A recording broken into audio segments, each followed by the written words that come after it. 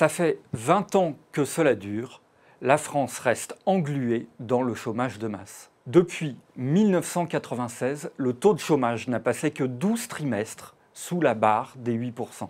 Et depuis cette date, en moyenne, il atteint 9,3%, c'est-à-dire peu ou prou celui d'aujourd'hui. Autant dire que l'objectif d'Emmanuel Macron de terminer son mandat sur un taux de chômage de 7% semble a priori impossible. Beaucoup d'économistes appréhendent le phénomène des sans-emploi par le biais d'une notion, le taux de chômage structurel.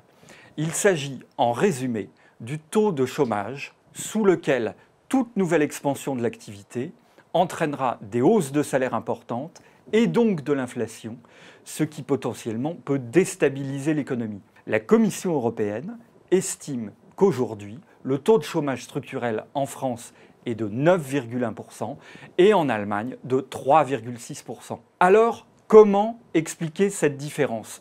Eh bien, d'abord par des facteurs microéconomiques. L'indemnisation des chômeurs serait moins incitative au travail en France, les compétences de la population active moins bonnes, le code du travail plus rigide, et les entreprises auraient plus de difficultés en France à se séparer de leurs salariés en période de vache maigre, et donc elles seraient moins incitées à les embaucher en période d'expansion. Ensuite, l'autre explication, c'est que la crise de 2008 a été particulièrement violente et que le chômage a grimpé en flèche. Après plusieurs années à l'écart du marché du travail, les compétences des personnes sans emploi ne sont plus adaptées aux demandes des entreprises. Le taux de chômage ne pourrait donc retrouver son niveau d'avant-crise grâce à la seule conjoncture. Il est vrai qu'entre 2008 et 2016, le nombre de demandeurs d'emploi depuis plus d'un an a dépassé 1,2 million de personnes en France. L'autre argument en faveur de cette théorie, c'est que les difficultés de recrutement des entreprises françaises sont aujourd'hui très importantes alors que le taux de chômage reste élevé. Selon l'INSEE, 42% des entreprises aujourd'hui ont du mal à trouver le bon profil. Alors, le pays est-il condamné à vivre avec un taux de chômage important ?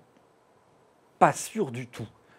Benoît Cœuré, membre du directoire de la Banque centrale européenne, a récemment critiqué cette mesure du taux de chômage structurel.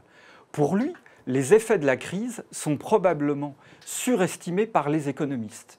Il resterait donc encore des possibilités pour faire reculer le chômage.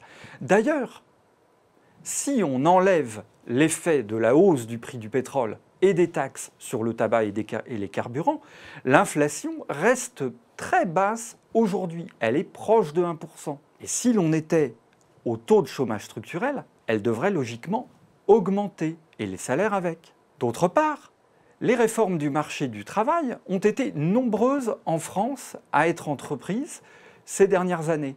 Des investissements dans la formation doivent être faits. Il est donc peu probable que tout cela, toutes ces décisions, n'aient aucun effet, aucun impact sur le taux de chômage structurel. Bref, il y a un espoir. Si la conjoncture économique ne déraille pas, la France peut tout à fait espérer faire baisser sensiblement son taux de chômage au cours des prochaines années.